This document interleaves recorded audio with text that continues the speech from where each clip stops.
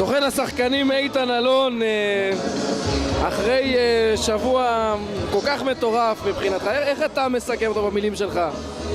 אם אתה יכול קודם לעבוד עם המתורגמן ביפנית, אני קצת בעברית חלש. טויודה, ליאב נחמני, וואלה פרייר.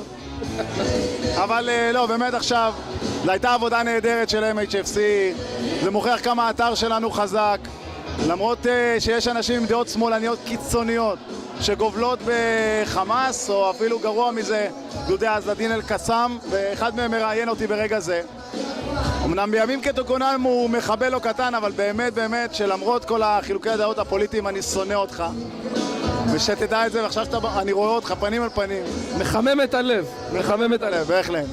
אבל אני מאחל לנו שנמשיך להיות אתר מספר 1, וקבסה, אתה עושה עבודה גדולה, תמיר, וכל מי שנוטל חלק במיזם הנהדר הזה של הקהל מספר 1 בארץ. כל הכבוד. ירוק עולה.